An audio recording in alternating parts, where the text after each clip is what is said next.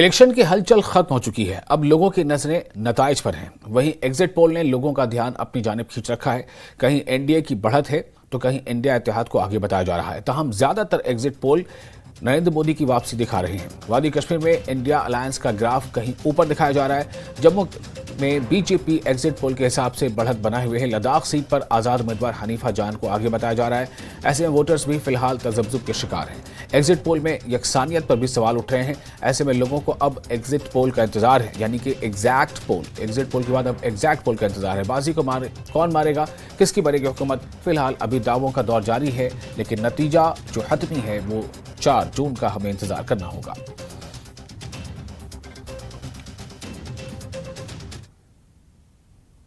जम्मू कश्मीर कांग्रेस के सदर वकार असलवानी ने कहा है कि एग्जिट पोल के बाद अवाम में नाराजगी और मायूसी है। वानी ने कहा कि इंडिया अलायंस जम्मू कश्मीर में लोकसभा की 5 नशिस्तें जीतेगा और वो अपनी इस बात पर कायम है। वानी ने कहा कि लोगों ने कांग्रेस के उम्मीदवारों चौधरी लाल सिंह और रमन भल्ला को वोट दिया है। वानी ने कहा कि उन्हें बेशतर हलकों में बर्तरी हासिल है। फिर ये एग्जिट पोल कहां से आ रहे हैं? वानी ने कहा कि ज्यादातर चैनल्स में दिखाए गए नंबर्स और डेटा गलत हैं।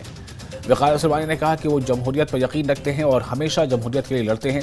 वानी ने कहा कि उन्हें उम्मीद है कि जब ईवीएम खुलेगी तो वो जम्मू की 2 सीटें और कश्मीर में इंडिया इत्तेहाद की 3 सीटें भी जीतेंगे। से पार्लियामेंट इलेक्शन के एग्जिट पोल दिखाए गए, उससे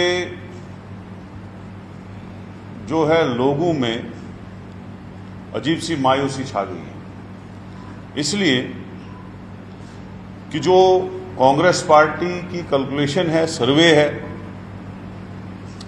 और जो पहले से सर्वे दिखाया जा रहा था, उस सर्वे के बिल्कुल अगेंस्ट ये एग्जिट पोल चल रहा है। जहां हम जम्मू कश्मीर की बात करेंगे, मैंने इलेक्शन शुरू होने से पहले भी और इलेक्शन के दौरान भी और इलेक्शन होने के बाद भी आपको 2 टूक लफ्ज से कहा था कि इंडिया अलायंस जम्मू कश्मीर की 5 सीटें जीतेगा।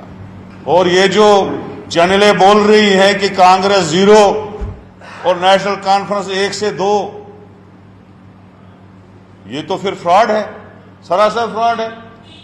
लेकिन हमें डेमोक्रेसी पे भरोसा है। लोगों ने वोट डाला है।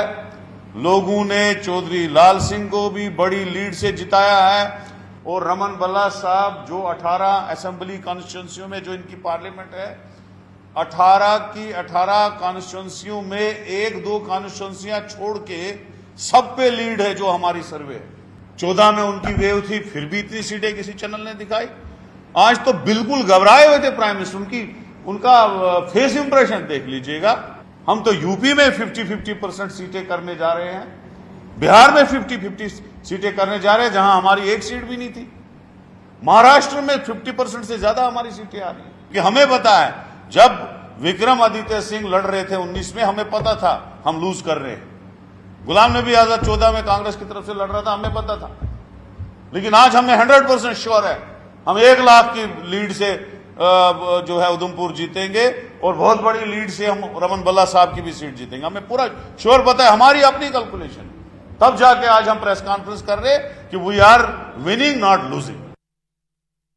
और नेशनल कॉन्फ्रेंस के तर्जुमान इमरान नबी डार ने कहा है कि लोगों ने एक बार